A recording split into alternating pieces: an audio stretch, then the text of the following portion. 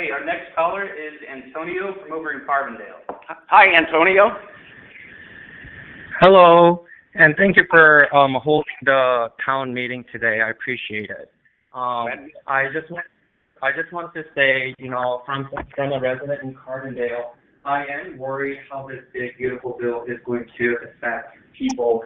Right now, you talked about all the new or more requirements that's gonna, hopefully phase out SNAP benefits or any kind of funding to people that don't deserve it, or for people that that shouldn't be getting it. But what I'm concerned about is all those extra paperwork is going to put a lot of strain on older people who doesn't have, the best access to internet or best access to their documents, and they're going to not get these benefits because they're not able to fill out these applications or meet the requirements.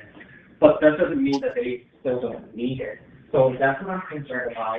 And then I'm really concerned that I feel like the focus right now that you're talking about is very like a national level, national level, like the border security and illegal immigrants and things like that. But as a state that doesn't have any border with Mexico or Canada, I just feel like the focus should be more on Southern Illinois and what we should improve, because I see that national chains are opening up in Carbondale, but I don't see any small and mom and pop shops. I don't see any support for small businesses. They're all going out of business. And then, that takes away all of the good food or the good ingredients that we could be getting to our people. Somebody talked about the lack of food options in Southern Illinois. That's totally true. It's going to ruin our health if we don't do anything about, if we don't have concerns over the health of our Southern Illinois residents.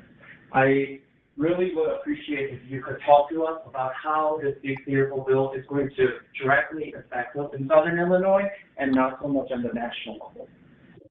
Well, first off, understand that I represent Southern Illinois, but I work on a national level. And let me tell you that I think the benefits are going to be huge for Southern Illinois. You've made their people's tax cuts permanent. It eliminated taxes on tips, overtime, and new car loan interest.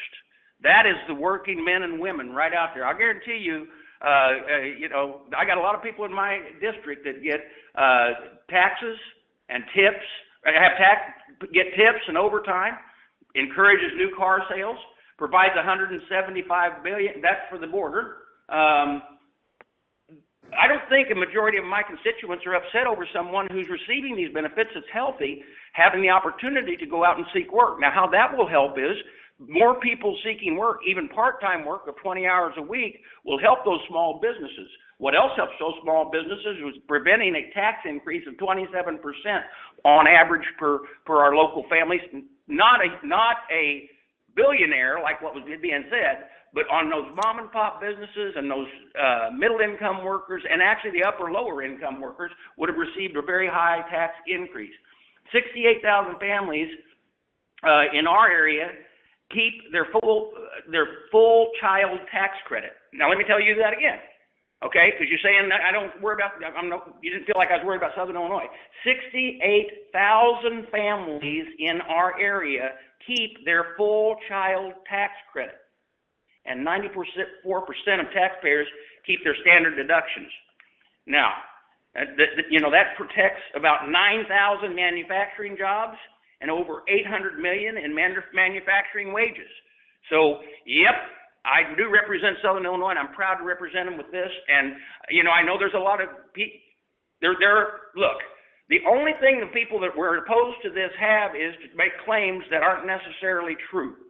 And I know that's awful to think that they would do that, but the reality is they did. And now even the reviews from every newspaper around is saying how much of a benefit it was to pass this bill. So, but thank you for the call. I appreciate it.